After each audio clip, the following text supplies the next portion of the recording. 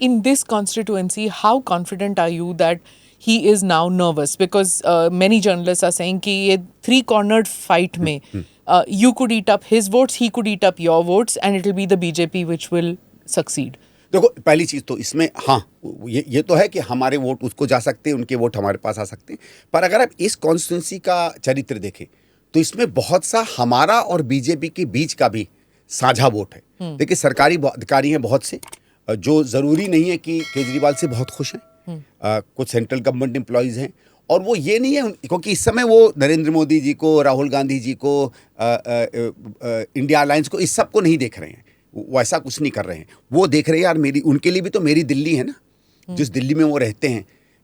मैं जहाँ जहाँ जाता हूँ, एयर पोल्यूशन की अगर बात करते हैं, अगर वहाँ काम नहीं हो रहे हैं उसकी बात करते हैं, तो सीधे सीधे इस पे सवाल उठा रहे हैं। और उनको ये लग रहा है कि शायद दिल्ली के लिए उनको एज ऑफ टुडे बीजेपी उतनी अच्छी विकल्प नहीं दिख रही। आम आदमी पार्टी शायद उनकी लास्ट चॉइस है। तो मेरे पास बीजेपी का भी वोटर आता है, दिख रहा है मुझे। आएगा नहीं आएगा, क्या किसका होता, वो तो पता चल जाएगा 8 तारीख को। लेकिन ऐसा नहीं है कि मैं सिर्फ या कांग्रेस सिर्फ आम आदमी पार्टी का वोटर लेगी। अरविंद केजरीवाल को मुझे जो दिक्कत आ रही है, मुझे लगता है उसकी तरफ से, एक, उसने कुछ नहीं किया 10 साल में। मतलब इस कॉन्स्टिट्यूंसी में तो उसका काम नहीं हुआ। दिल्ली में तो वो जो भी बखार ले, अपने 10 के 200 बोले, 5 को 1000 दिखाए, वो अलग दिखाए, वो अलग है। वो कहाँ, आंकड़ों में भी वो बिल्कुल पीछे दिखते हैं। लेकिन यहाँ तक जो बात यह है, यहाँ का जो वोटर है उसको एज ए विधायक बिल्कुल माने तो निकम्मा विधायक दिखता है। आते भी नहीं थे, काम भी नहीं होता था।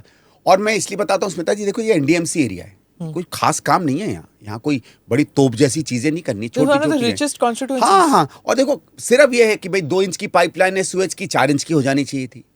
पाइपलाइन डली थी शीला जी के समय, यार उसमें थोड़ा सा अब पानी नहीं आ रहा है, बूस्टर्स लगवा दीजिए, कुछ और इंतजाम करा दीजिए। जहाँ खड़ंजे पुराने लगे थे वहाँ 2-2, 3-3, 4-4 साल में रिप्लेस होने, उतने कम से कम करा देते।